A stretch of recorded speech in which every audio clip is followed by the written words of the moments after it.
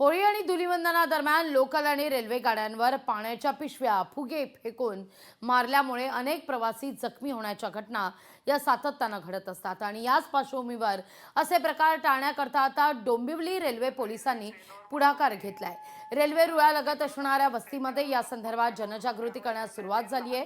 दरवर्षी होळी धुलिवंदनाच्या काळात रंगाने भरलेल्या पिशव्या फुगे फेकून मारल्यामुळे अनेक प्रवासी जखमी होत असतात। तर या प्रकारामध्ये काही प्रवाशांना आपले डोळे सुद्धा गमवावे लागल्याचे प्रकार हे घडलेले आहेत।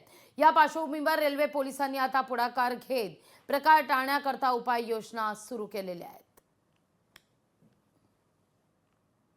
खेळताना लहान मुलांनी कलरचे पिशव्या दगड रेल्वे ट्रेनवर मारू नये।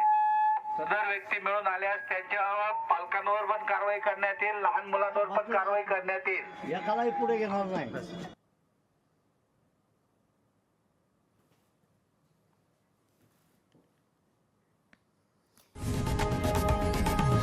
लोकशाही मराठी ऐका, पहा, जागरूक रहा।